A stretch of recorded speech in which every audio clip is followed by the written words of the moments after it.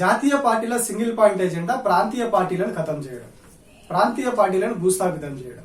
ప్రాంతీయ పార్టీలు లేకుంటే జాతీయ పార్టీలకే చెల్లుతుంది, ప్రజలు జాతీయ పార్టీలకే ఓటేస్తారు, వేరే ఆల్టర్నేటివ్ ఉండదు కాబట్టి. సో కాంగ్రెస్ అయినా బీజేపీ అయినా జాతీయ పార్టీలు ఏవైనా ప్రాంతీయ పార్టీలను ఖతం చేయాలనే చూస్తే ఇప్పుడు అదే పని చేస్తా ఉన్నాయి. చాలా రాష్ట్రాల్లో చేసుకుంటూ వచ్చినాయి. ఇప్పుడు తెలంగాణలో కూడా అదే పరిస్థితి కనిపిస్తా ఉన్నది.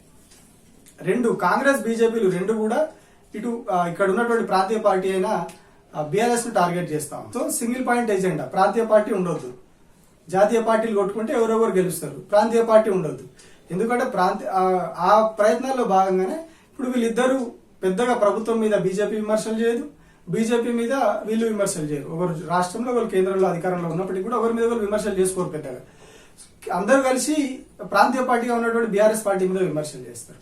సో మరి ఎందుకు ఇంతగా ప్రాంతీయ పార్టీల మీద వీళ్ళకి ఫోకస్ అంటే, ప్రాంతీయ పార్టీల ఇక్కడ రాష్ట్రాల్లో ప్రాంతీయ పార్టీల అధికారంలోకి వస్తే ఇక్కడ నుంచి ఢిల్లీకి ఏం పోవు, పైసలు ఏం పోవు. అదే జాతీయ పార్టీల అధికారంలో ఉంటే ఇక్కడ నుంచి ఎంత పంపాలనో ఎంత తీసుకోవాలనో తీసుకొని జాతీయ స్థాయిలో పార్టీకి కావచ్చు, ప్రభుత్వంలోని పార్టీలోని వ్యక్తులకు కావచ్చు, ఫైనాన్షియల్ గా చాలా హెల్ప్ అవుతుంది. ఇది ఏ పార్టీకైనా ఫైనాన్షియల్ అనేది చాలా ముఖ్యం. సో ఈ కారణాలతోని ప్లస్ కంప్లీట్ గా గుత్తాధిపత్యం దేశం మీద తమది ఉండాలనే ఇంకొక ఎజెండా తోటి ఈ ప్రయత్నాలు చేస్తూ ఉంటాయి జాతీయ పార్టీలు. అందులో బీజేపీ ఇంకా చాలా ముందున్నది. కాంగ్రెస్ లో ఎక్కడనో వెనకాలంటే బీజేపీ టాప్ పొజిషన్ లో ఉంటది ఇందులో. సో ఇప్పటికే చాలా రాష్ట్రాల్లో ఆ పరిస్థితి చేసేసి కాషాయీకరణ చేసుకుంటా పోతా ఉన్నది.